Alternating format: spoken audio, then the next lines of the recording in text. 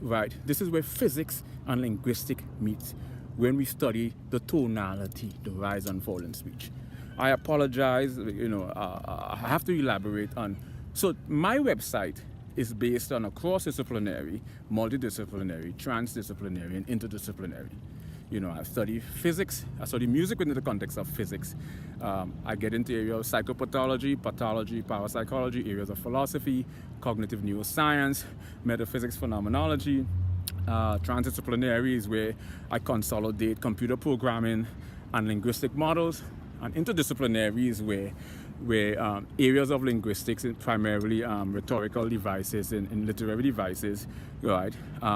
You see where there's sort of, you're dealing with, on a molecular level, you're dealing with physics, the properties of physics. It's tonality, and to measure the rise and fall, that is where we're dealing with sound, which is actually the collision of air molecules, and areas of phonetics. So these are the 4 key areas. This is sort of to disambiguate because I'm quite a conundrum, right? And I'm quite an ambiguous individual to put into perspective.